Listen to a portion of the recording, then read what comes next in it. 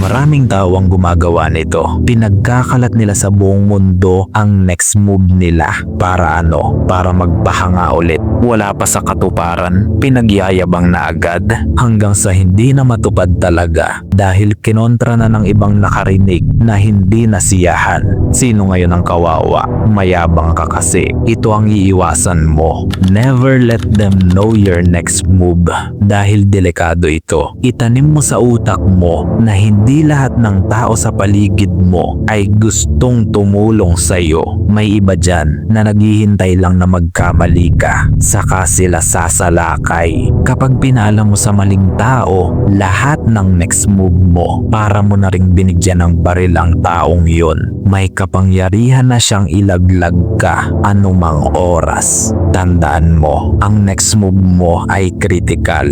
Hanggat maaari, ikaw lang dapat ang makakaalam nito dahil pwede itong gamitin ng ibang tao sa iyo para mabulilyaso lahat ng plano mo. Keep it to yourself, work in silence, and never let them know your next move.